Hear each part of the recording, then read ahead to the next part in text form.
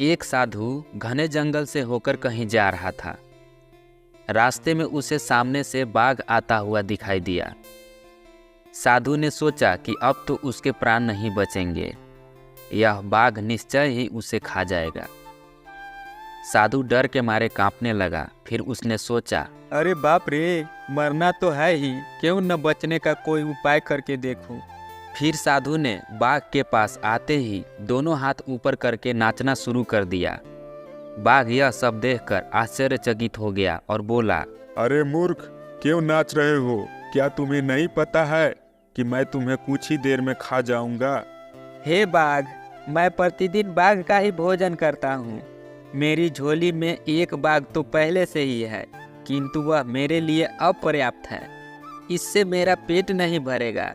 मुझे एक बाघ और चाहिए था। मैं उसी की तलाश में जंगल में आया था। तुम अपने आप मेरे पास आ गए हो, इसीलिए मुझे खुशी हो रही है। साधु की बात सुनकर बाघ मन ही मन घबरा गया और डर गया। फिर भी उसे विश्वास नहीं हुआ। फिर उसने साधु से कहा, तुम अपनी झोली वाला बाघ मुझे दिखाओ। यदि नहीं दिखा सके तो मैं तुम्हें अभी मार डालूंगा। ठीक है, अभी दिखाता हूँ, तुम जरा ठहरो, देखो भाग मत जाना। इतना कहकर साधु ने झोली उठाई। उसकी झोली में एक शीशा था।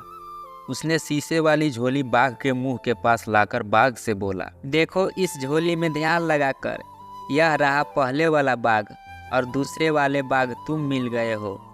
बाघ साधु के पास आया और उसने जैसे ही झोली के ऊपर देखा, उसे शीशे में अपने ही शक्ल दिखाई दी। इसके बाद वह गुरगुराया तो शीशे वाला बाघ भी उसे गुरगुराता हुआ दिखाई दिया। अब बाघ को विश्वास हो गया कि साधु की झोली में सचमुच एक बाघ बंद है। उसने सोचा कि यहाँ से भाग जाने में ही भलाई है। फिर वह पूंछ दबाकर साधु के पास से भाग गया।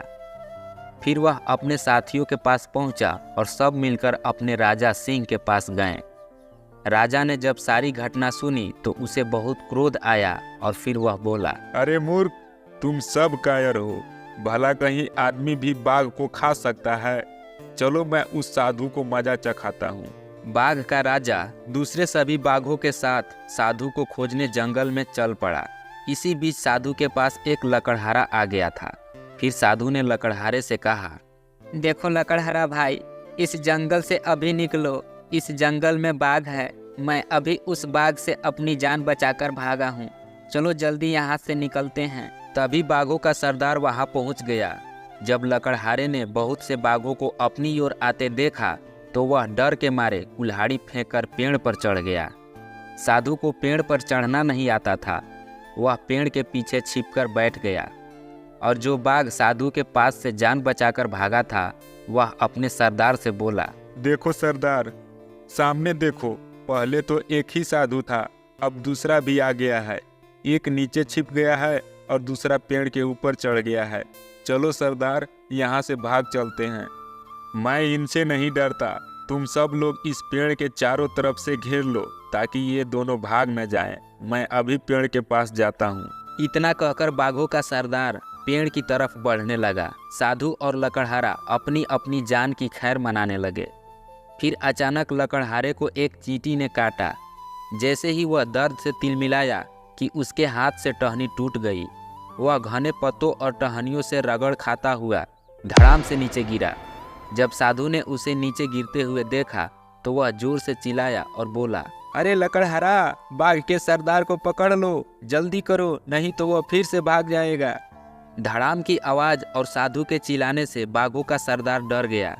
उसने सोचा कि यह साधु सचमुच ही बाघों को खाने वाला है। फिर वह उल्टा पैर भागने लगा। उसके साथी भी उसके साथ भागने लगे और अपनी गुफा में पहुंच गए।